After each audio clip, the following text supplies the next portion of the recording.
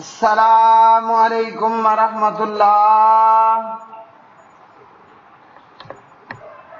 ترجمہ تفسیر القرآن الکریم، سبق نمبر 149، سورہ النساء، پارہ نمبر 4، آیت 23 تا 24۔ اعوذ باللہ من الشیطان الرجیم۔ حرمت علیکم امہاتکم وبناتکم واخواتکم وعماتکم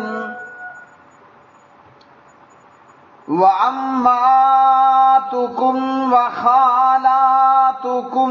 وبنات الأخ وبنات الأخت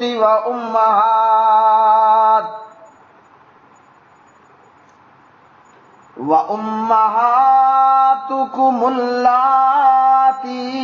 أرضعنكم وأخواتكم من الرضاعة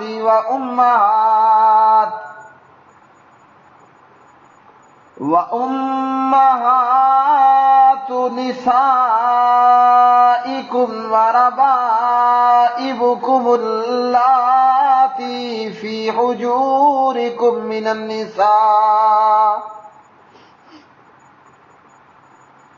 النسائكم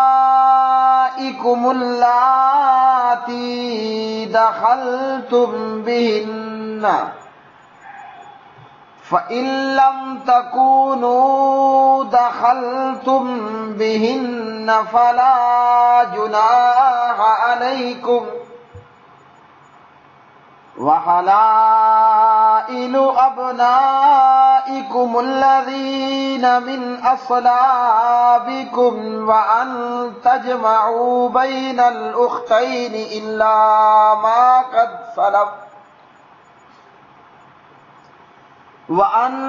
تَجْمَعُوا بَيْنَ الْأُخْتَيْنِ إِلَّا مَا قَدْ سَلَفَ، إِنَّ اللَّهَ كَانَ غَفُورًا رَّحِيمًا۔ وَالْمُحْصَنَاتُ مِنَ النِّسَاءِ إِلَّا مَا مَلَكَتْ أَيْمَانُكُمْ، کتاب اللہ علیکم،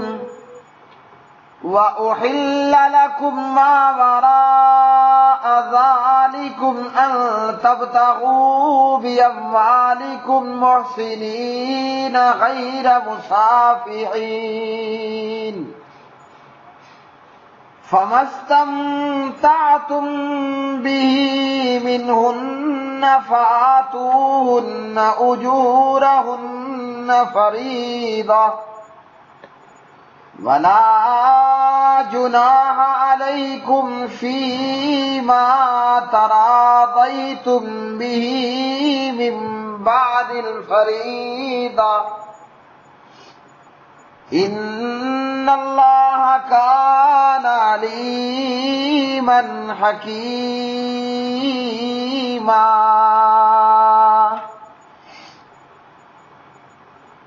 حرام کی گئی تم پر تمہاری مائیں، تمہاری بیٹیاں، تمہاری بہنیں اور تمہاری پھوپھیاں اور تمہاری خالائیں اور بھتیجیاں اور بھانجیاں اور تمہاری وہ مائیں جنہوں نے تمہیں دودھ پلایا ہو، اور تمہاری دودھ شریک بہنیں اور تمہاری بیویوں کی مائیں اور تمہاری پالی ہوئی لڑکیاں جو تمہاری گود میں تمہاری ان عورتوں سے ہیں جن سے تم صحبت کر چکے ہو، پھر اگر تم نے ان سے صحبت نہ کی ہو تو تم پر کوئی گناہ نہیں، اور تمہارے ان بیٹوں کی بیویاں جو تمہاری پشتوں سے ہیں۔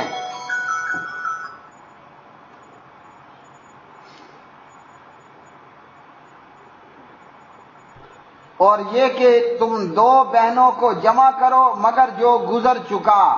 بے شک اللہ تعالی ہمیشہ سے بے حد بخشنے والا نہایت مہربان ہے۔ اور خاوند والی عورتیں یعنی یہ بھی حرام کی گئی ہیں مگر وہ لونڈیاں جن کے مالک تمہارے دائیں ہاتھ ہوں، یہ تم پر اللہ تعالیٰ کا لکھا ہوا ہے، اور تمہارے لیے حلال کی گئی ہیں جو ان کے سوا ہیں کہ اپنے مالوں کے بدلے طلب کرو، اس حال میں کہ نکاح میں لانے والے ہو نہ کہ بدکاری کرنے والے۔ پھر وہ جن سے تم ان عورتوں میں سے فائدہ اٹھاؤ، پس انہیں ان کے مہر دو جو مقرر شدہ ہوں، اور تم پر اس میں کوئی گناہ نہیں جس پر تم مقرر کر لینے کے بعد آپس میں راضی ہو جاؤ۔ بے شک اللہ تعالی ہمیشہ سے سب کچھ جاننے والا کمال حکمت والا ہے۔ حرمت حرام کی گئی ہیں علیکم تم پر امہاتکم تمہاری مائیں،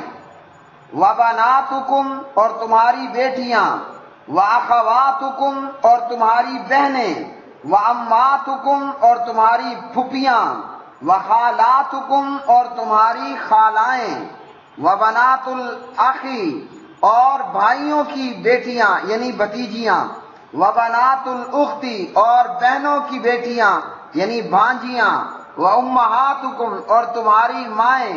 اللاتی وہ جنہوں نے ارزانکم دودھ پلایا تمہیں، واخواتکم اور تمہاری بہنیں، من الرضاعہ رضائی یعنی دودھ شریک بہنیں، وامہات اور مائیں، نساؤکم تمہاری بیویوں کی یعنی تمہاری ساسیں، وربائبکم اور تمہاری ستیلی بیٹیاں، اللاتی وہ جو فی حجورکم تمہاری گودوں میں یعنی پرورش پائیں، من نسائکم تمہاری ان عورتوں سے یعنی ان کے بطن پیٹ سے، اللاتی وہ جو کہ دخلتم تم نے صحبت کی بہنہ ان سے، فإن پھر اگر لم تکونو نہیں تم نے دخلتم صحبت کی بہنہ ان سے، فلا جناح تو نہیں کوئی گناہ، علیکم تم پر، وحلائل اور بیویاں، ابنائکم تمہاری بیٹوں کی یعنی تمہاری بہویں، الذین وہ جو من اصلابکم تمہاری پشتوں سے ہیں یعنی تمہارے سگے بیٹوں کی بیویاں، وان تجمعوا اور تمہارا جمع کرنا یعنی یہ بھی تم پر حرام ہے، بین الاختین دو بہنوں کے درمیان، الا مگر ما جو قد سلف تحقیق پہلے گزر چکا، ان اللہ بلا شبہ اللہ تعالی کانا ہے غفورا بہت بخشنے والا، رحیما نہایت رحم کرنے والا۔ والمحصنات اور شادی شدہ یعنی شادی شدہ عورتیں بھی تم پر حرام کی گئی، من النساء عورتیں، الا مگر جن کے مالک ہوں ایمانکم تمہارے دائیں ہاتھ یعنی لونڈیاں، کتاب اللہ لکھ دیا ہے اللہ تعالیٰ نے، علیکم تم پر، وأحلّ اور حلال کر دی گئی ہیں، لکم تمہارے لیے، ما جو وراء علاوہ ہیں، ذالکم ان کے، ان تبتغوا بشرطے کہ تم تلاش کرو، باموالکم اپنے مالوں کے بدلے، محسنین اس حال میں کہ نکاح میں لانے والے ہو، غیر مسافین نہ کہ بدکاری کرنے والے، فما پھر جو استمتعتم تم نے فائدہ اٹھایا، بھی اس کے بدلے، منہن ان سے،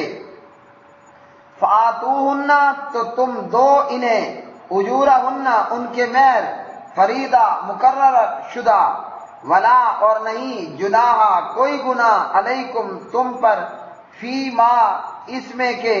تراضیتم تم بام راضی ہو جاؤ، بھی اس کے ساتھ،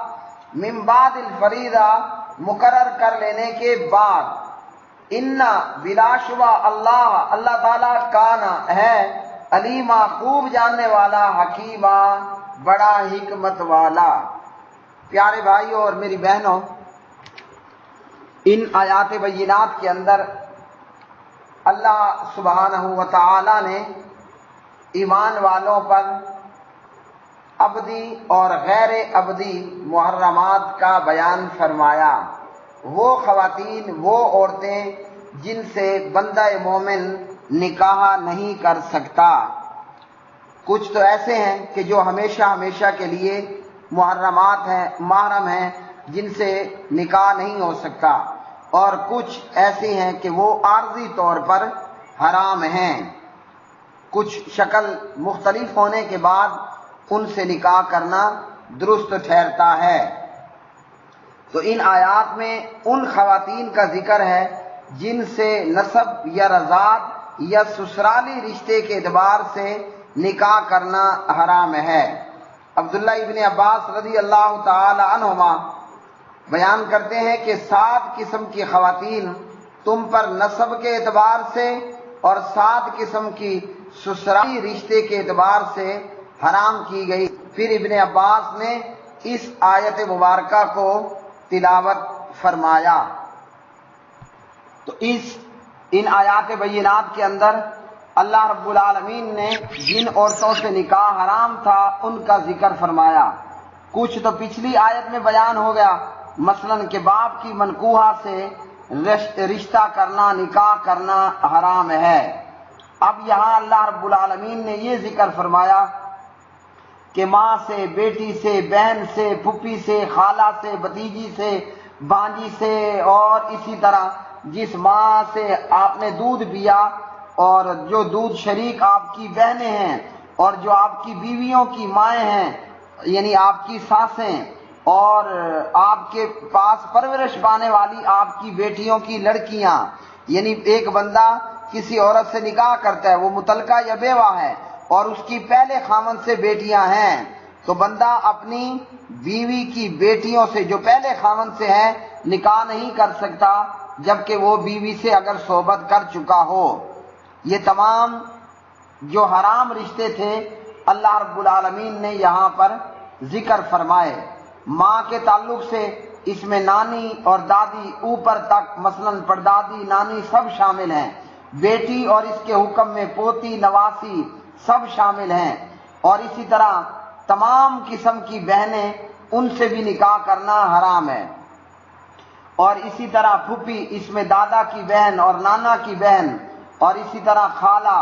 تو یہ لفظ ماں، نانی، دادی سب کو شامل ہے۔ اسی طرح بھتیجی اور بھانجی کے حکم میں ان کی بیٹیاں نیچے تک، ان سے بھی نکاح کرنا حرام ہے، اور بیویوں کی بیٹیاں جو پہلے خاوندوں سے ہوں ان سے بھی نکاح حرام ہے، چاہے وہ لڑکی اس نے میرے ہاں پرورش پائی ہو یا کہیں اور پرورش اس نے پائی ہو یا پا رہی ہو۔ اگر میں ایک عورت سے نکاح کر کے ہم بستری صحبت کر چکا تو اس کی پہلے خاوند سے موجود بیٹیوں سے نکاح کرنا یہ میرے لیے حرام ہے۔ اور اسی طرح پیارے نبی صلی اللہ علیہ وسلم کا فرمان صحیح بخاری کتاب النکاح میں عن عائشہ رضی اللہ تعالی عنہ، اور حدیث نمبر ہے 5099، آپ صلی اللہ علیہ وسلم نے فرمایا رضاعت سے بھی وہ رشتے حرام ہو جاتے ہیں جو نسب سے حرام ہوتے ہیں۔ اور رضاعت کے تعلق سے جو ہے وہ سید عائشہ رضی اللہ عنہ وغیرہ کی روایت کہ 1 یا 2 دفعہ دودھ پینا یہ حرمت کا باعث نہیں بنتا، بلکہ قرآن میں اترنے والے حکم میں تھا کہ 10 دفعہ دودھ پینا جو معلوم ہو اس سے جو ہے وہ حرمت ثابت ہوتی ہے۔ پھر وہ 5 کے ساتھ منسوخ ہو گیا تو نبی صلی اللہ علیہ وسلم فوت ہوئے اور وہ قرآن میں پڑھے جاتے تھے۔ مسلم 1452۔ تو یہ دودھ پلانا اسی وقت معتبر ہوگا جب دودھ پلانے کی عمر میں، یعنی کوئی بچہ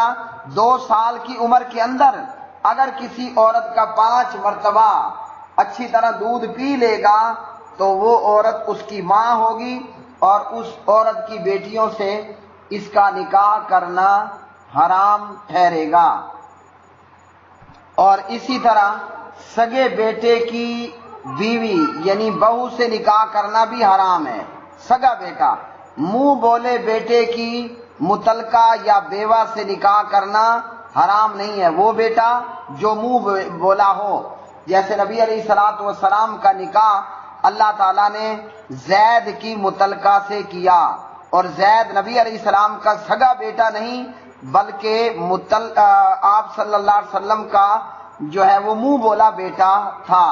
تو سگے بیٹے کی بیوی بہو سے نکاح حرام ہے، اور منہ بولے بیٹے کی متعلقہ یا بیوہ سے نکاح حرام نہیں ہے۔ اسی طرح ایک وقت میں اکٹھی دو بہنوں کو بھی نکاح میں رکھنا حرام ہے۔ ایک وقت میں اکٹھا دو سگی بہنوں کو ایک بندے کے نکاح میں رکھنا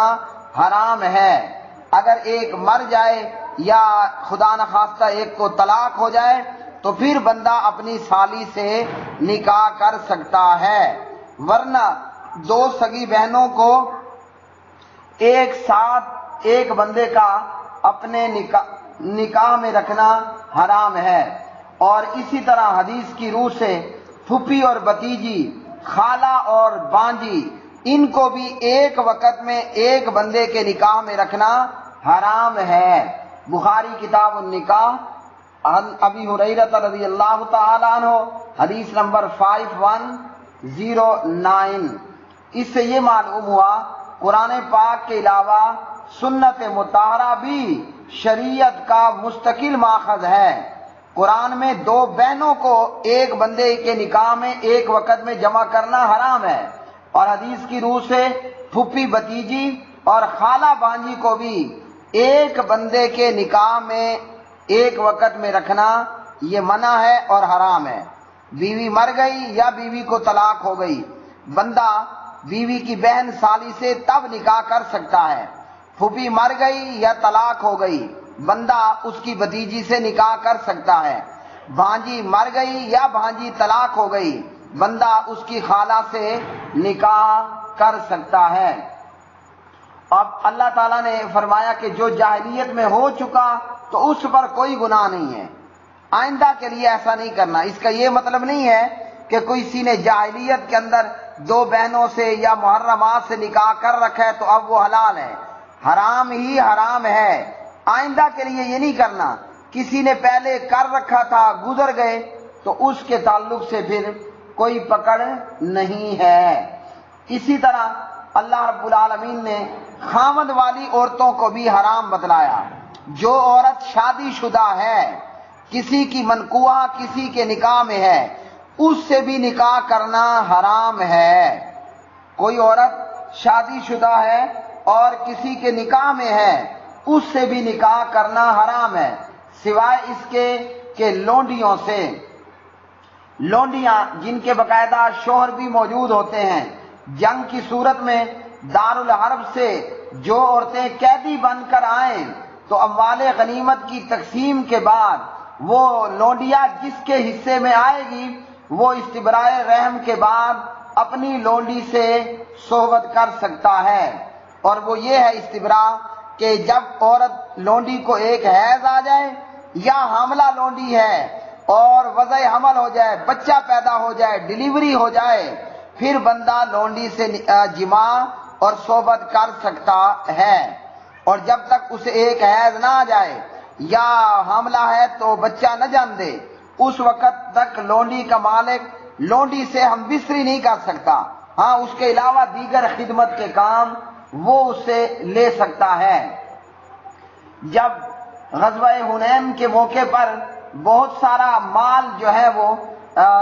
جنگ میں مسلمانوں کو مال غنیمت کی صورت میں ملا تو اس میں بہت ساری قیدی عورتیں بھی تھیں۔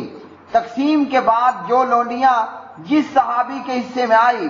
تو صحابہ نے ان قیدی عورتوں، ان لونڈیوں سے ہم بستری کرنا برا سمجھا کہ ان کے مشرک خاوند موجود تھے، تو تب اللہ رب العالمین نے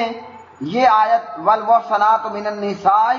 الا ما ملکت نازل فرمائی کہ شادی شدہ خاوند والی عورتیں تمہارے اوپر حرام ہیں، مگر لونڈیوں اس میں سے استثناء حاصل ہے۔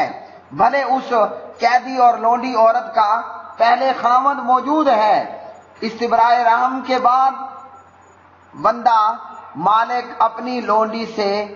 ہم بستری کر سکتا ہے۔ تو یہ لونڈی کا ملکیت میں آنا ہی سمجھ لیجئے کہ اس کا نکاح ہے،